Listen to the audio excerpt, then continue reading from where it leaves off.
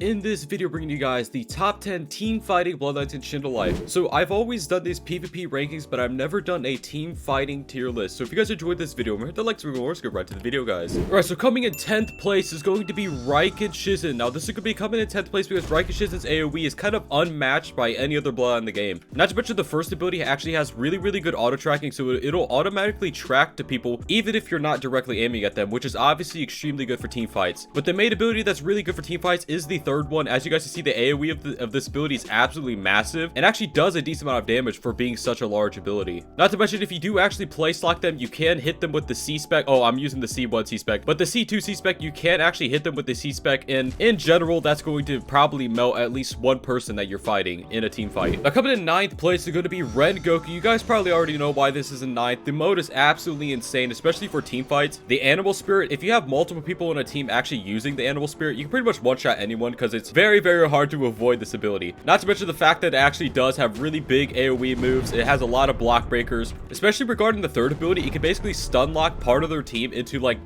not being able to do absolutely anything. Also, when you actually pull them, they do actually get place locked. For some reason, it actually just hit my clone, so that's cool. Not to mention, you actually do have all of these different mode abilities, which are really good for team fights in general. I gotta say, Rengoku is probably one of the most annoying bloodlines to fight in a team fight, just because of how good it is in team fights in general. Now, coming to 8th place is going to be Van Helsing. This is going to just be because of how many iframes this bloodline has. I'm sure you guys already know about this bloodline, but this bloodline has so many iframes, it's ridiculous. With the throwable spec here, you can actually do damage while simultaneously having iframes. It does, like, you can do up to like 80,000 damage. Very good in general. Not to mention the second ability is yet again even more iframes, and then you can actually hit someone. It hits multiple people, and yeah, it's just like Van Helsing's absolutely insane for iframes. I mean, like, come on, man. I see people actually use this mode all the time in RPG team fights just because of how many iframes the bloodline actually has. It can actually carry you to the point of being like, you could be a really good supporting fighter, because not only are you not taking damage at pretty much at all, but you are also simultaneously dealing damage to them. Not to mention, it actually is good for M1 combos, so you know that's a good plus as well, even though that's not as important in team fights. Now, coming in 7th place is going to be Alfirama Shizen. This is becoming 7th because Alfirama Shizen actually has really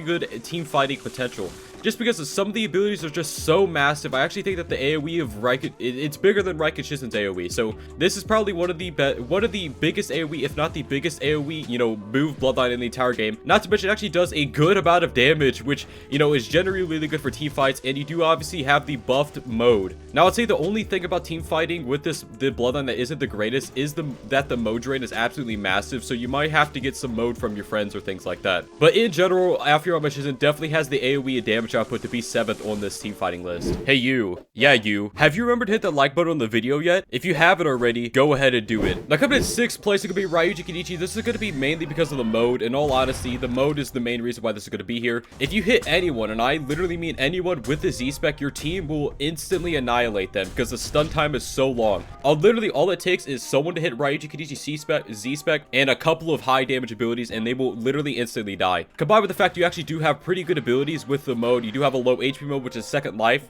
which actually really helps in team fights, just because you're going to be being hit with so many different moves that having an auto dodge that triggers automatically is very nice in general. And not to mention, the actual abilities of Ryuji are actually very decent. They do high damage. Third ability is really good for combo extending, but the main reason why Ryuji Kenichi is going to be this high up and on this list at all is the mode. Now, coming to 5th place is going to be Riser Akuma. Yes, Riser Akuma, you guys heard me correctly. This is the only reason why this is going to be here is the auto dodge. I mean, the auto dodge is so good, especially for team fights, because not only are you iframing and avoiding their attacks, but you also can stun them to set up your teammates' combos. I would say the second ability is actually really bad for team fights, because as you guys can see, you get teleported to random people, and 9 times out of 10, that will lead you into a very bad situation where you're going to get comboed to death. But it does also have iframes with the C-spec. I would say the third ability is okay for team fighting if your teammate actually stuns them, but the main reason why Riser Akuma is going to be on this list and this high in general is definitely going to be the auto dodge. It is just that good. Now, coming to 4th place, it could be Sengoku. You guys know why this is going to be at 4th. This ability, this bloodline just has so many iframes. Not to mention, the stun is by far one of the single best abilities for team fights in the game, just because the stun ability will actually suck in multiple people, and then you can all hit them together. And there are a lot of damage stacking moves in the game, as you guys are probably aware. Not to mention the fact it does have a lot of big giant AoE iframe block breakers, so that's a really good thing as well. And it does actually have a really good counter, and they're trying to punch me to trigger the counter. That's kind of funny. So also the C-spec, they don't get any damage reduction for being up there, so if they hit them with any any ability while they're in this giant meatball, they will take a lot of damage. So in general, Sunbokuu is going to be in fourth just because it has so many iframes that it just has to be in fourth on this list. Now coming in third place is going to be Bankai Kuma. I'm sure you guys can imagine why this is here. It's not because of the mode. It's not because of the auto dodge. The second ability is by far one of the single best place lock stuns in the entire game, combined with the fact that it actually is one of the best team fight stuns in the game, because it can hit everyone in basically a cone in front of you. So you can hit like their entire team with a place lock stun. And even though some of them may auto dodge, I'm sure some of them by that point will have already used their auto dodge. Combined with the fact that Bankai's third ability actually does hit multiple people, you can actually mode drain. It does have iframes. It obviously does have an auto dodge, which is actually a lot better in team fights than it is on a 1v1. But the main reason why it's going to rank this high is because of the stun. The stun is absolutely nuts for team fights. Now coming in second place, whether you guys expected this or not, is obviously going to be Forged Akuma. Not Forged Akuma, Forged Red Goku. My bad, guys. Forged Akuma, what is that? That doesn't exist anymore. But with Forged Red Goku here, obviously, guys, it has really high damage potential. It's really hard to be hit while using it. And honestly, you could cause so much mayhem in a team fight that actually is just worth putting in second for that alone. But obviously, guys, when you use Forged Red, it's really hard to be hit in general. You can't really be comboed if you're using it correctly. And it actually will be able to set up abilities for your teammates and things like that. You also obviously do have a mode drain ability. You do have a stun ability as well. And the weapon spec, as I previously stated, is insanely good for the damage output. See, I just did one full rotation of Forged Red Goku's abilities and they instantly died. So it not only does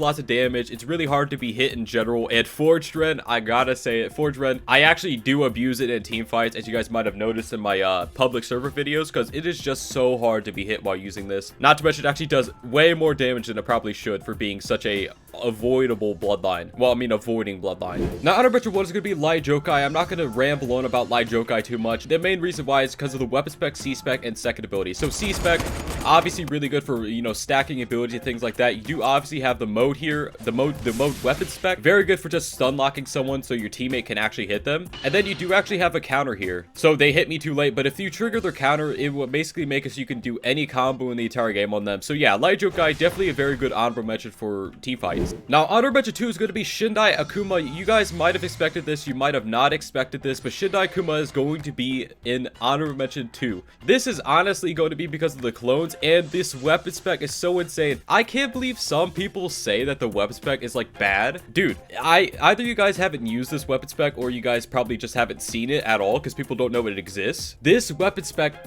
drains like 2,000 mode from them. Combined with the fact that it is an iframe, it's a block breaker, it does lots of damage, and not to mention the fact that it actually is in Akuma mode, so you get good stats and it barely drains any mode from you. Another reason why it's going to be an honorable mentions is the clone. The clone ability is just generally really good for team fights. You have a counter combined with the fact that clones will chase people down. And yeah, Shindai Akuma definitely going to be a very good honorable mention for this list. By the way, guys, what bloodlines do you normally use for team fights in Shindo Life? Feel free to tell me in the comments below. Now coming in first place is going to be Shindai Red Goku. I'm sure you guys probably know why this is in first. The AoE sizes on the second ability is absolutely massive. Even though it only hits one person, it can practically just make one person instantly die if they do not have an auto dodge, simply because the other people could just gang on them in a team fight. Not to mention that all the actual abilities of Shindai Red are pretty good for team fights in general. I mean, the third ability is a counter ability, and in general, if someone does actually trigger this ability, it will cause their entire team to take a crap ton of damage.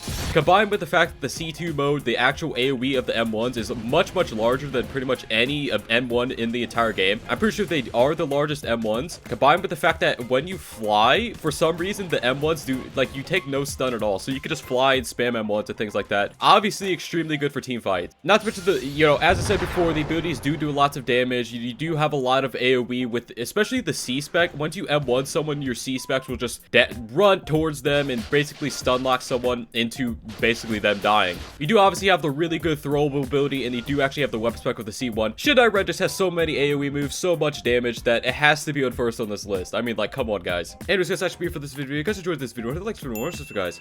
Bye-bye.